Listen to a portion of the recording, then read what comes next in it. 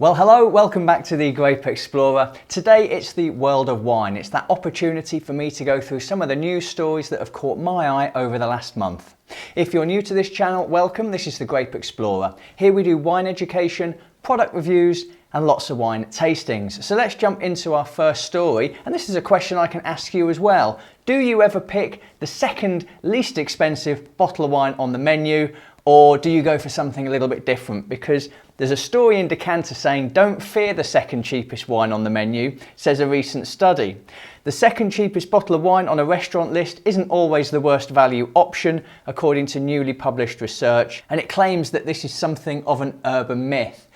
Now, I think a lot of us will look at a wine list in a restaurant, and a lot of us probably do think, well, I'm not going for the cheapest thing, I'm going to go for the second cheapest thing. But there has always been this thought that the second cheapest wine is actually the worst wine and you're better off just going with the house variety or the cheapest one on the menu. So this study has gone out to dispel this particular myth. It's simply not true that the second cheapest bottle of wine has the biggest price markup. It was the London School of Economics who carried out this test and found no evidence of this particular rip-off theory. There's a long-held assumption the second cheapest bottle is in fact the worst. Love to get your thoughts on this. I have to say, when it comes to buying wine in a restaurant, my own personal choice is to just go for what I'm in the mood for that night. And yes, I am price conscious when I'm choosing my wines, but I also want to enjoy a nice bottle of wine in a restaurant. But I'd really love to get your thoughts on this particular one, whether you've always believed this particular myth to be true. Now, moving on from an economical study onto a scientific study, Wine Searchers this month running a story on the fact that science makes a mockery of tasting notes. Your wine tasting notes are probably wrong for anyone else but yourself. And I'm a big advocate for tasting can be quite personal to yourself. What you capture in a particular wine may not be what someone else is capturing. And a rosé is a rosé is a rosé may not actually be the case when it comes to taste. New research has in fact indicated that what you perceive as vanilla may not be what the person next to you is perceiving as vanilla. Their vanilla may be less intense than yours, or it may be a completely different flavour association they're getting altogether. We don't have the equivalent of eyeglasses or hearing aids when it comes to our taste buds, says the research. This could have vast consequences for the wine world, which has historically depended on delightfully flowery descriptors to move such products. And it's true, isn't it? You can read wine descriptors in magazines, you can watch videos of others, of sommeliers, of tasting tournaments, and they do come up with some incredibly wonderful descriptions of the wine, but your own experience of that wine might be something completely different. So it's really interesting to me that your wine tasting notes are correct for you. That doesn't mean they're correct for someone else. Moving back onto Decanter, for all you budding chefs out there was an article this month around cooking with wine and expert advice on what to use.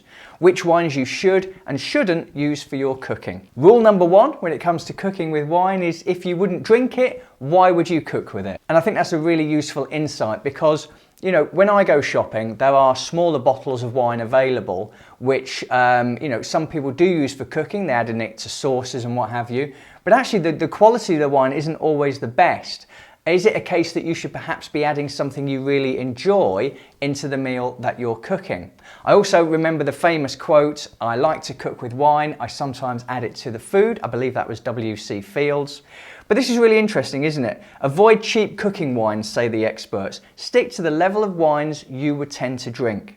A bottle around the £8 mark should be fine. So £8 equates to around $11 US. The only time to use more expensive wine is if the dish needs only a small amount of the wine. Of course, it's always best to drink it rather than add all of it to the food. Dishes that could use some white wine include risottos, white wine sauces, or Coco Riesling. A starting point is that crisp, dry, unoaked wines work really well when you're dealing with white wine. Pinot Grigio, really versatile. Also Sauvignon Blanc, that's what I've got in the glass here. Anyone may have noticed that I think I might have outpoured myself here. There's a little bit too much in here. We'll drink it, it's fine.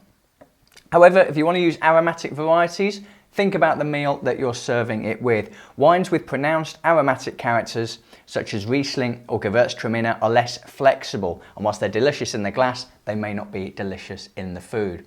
Let me know who here cooks with wine. It's actually something I don't do often enough. I do the odd dish here or there. But there's certainly scope to improve my cooking anyway, and perhaps I could improve my cooking with some wine. So getting away from adding wine to food, we're going to be talking about actually going and tasting wine. And Wine Searcher have released a story where they're talking about tasting fees are beginning to really skyrocket. This is a very US focused story. So the price of tasting has almost doubled in Napa and Sonoma in the past 5 years. If you haven't been to a California winery for a tasting in a while, you might get a bit of a shock on your wallet or your purse. The average price for a standard tasting has almost doubled and is now $58 in Napa County and $30 in Sonoma County. This was one of the most striking figures released today from Silicon Valley Bank's 2021 Direct-to-Consumer Wine Survey report.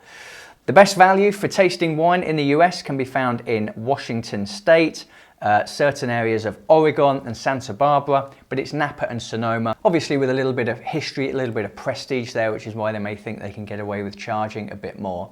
My own experience of tasting wines at Vineyards has really varied. I think I've had some really good value ones. I think I've had some slightly more expensive ones. But a lot of the time you need to consider what kind of wines are you going to taste. You know, here in England, a lot of it is sparkling wine made in the traditional method, and that does add value to the cost of a wine tasting. You know, English sparkling wine isn't £8, £10 a bottle. It is significantly more than that. And so that is reflected in the price of a tasting. But when I've been abroad to tastings, I've often paid around €20. That's around £18. That would be around sort of $22, $23.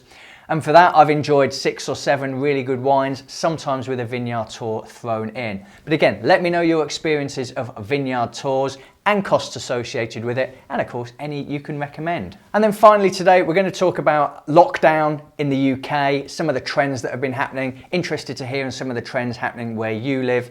But lockdown 2020 here in the UK resulted in Argentinian wines, rosés, and ready-to-drink sales grow. The report uses data from alcohol sales from supermarkets, shops, pubs, bars, and restaurants.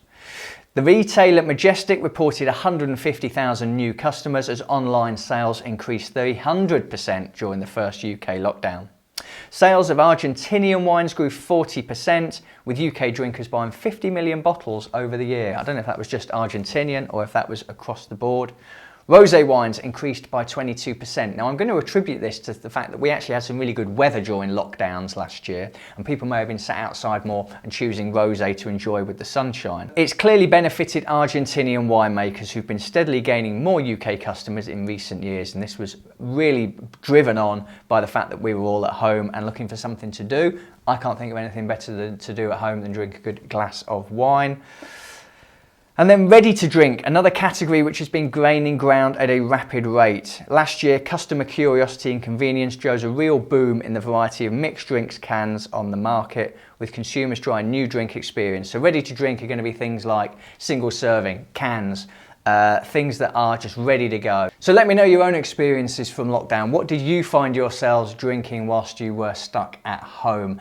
And now that you've tried out some new styles, has it made you want to broaden your horizons even further and try out others? Or have you found something you really enjoy and you're going to stick with it? As always, let me know your thoughts around wine news you've seen in the comments section below. This was The World of Wine. I'm the Grape Explorer. Look forward to seeing you again soon. Cheers.